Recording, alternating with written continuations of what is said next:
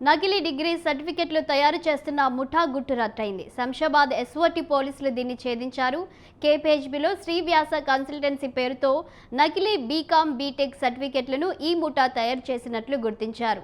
పక్కా సమాచారంతో ఇద్దరిని అదుపులోకి తీసుకున్నారు. వీరికి విజయవాడకు చెందిన మోహన్ సహకారం అందించినట్లు పోలీసులు వెల్లడించారు. ఇప్పటి వరకు 46 మందికి నకిలీ సర్టిఫికెట్లను ముఠా అందజేసిందని, వీటి ద్వారా 22 మంది విదేశాలకు వెళ్లినట్లు విచారణలో వెల్లడైంది. నకిలీ సర్టిఫికెట్ల కోసం పెద్ద ఎత్తున డబ్బు వసూలు చేస్తున్నట్లు తేలింది. నిందితుల నుంచి 2 మొబైల్ ఫోన్లు, ఒక డెస్క్ టాప్ను స్వాధీనం చేసుకున్నారు. నకిలీ డిగ్రీలతో వీసాలు పొందిన వారి వివరాలు సేకరిస్తున్న పోలీసులు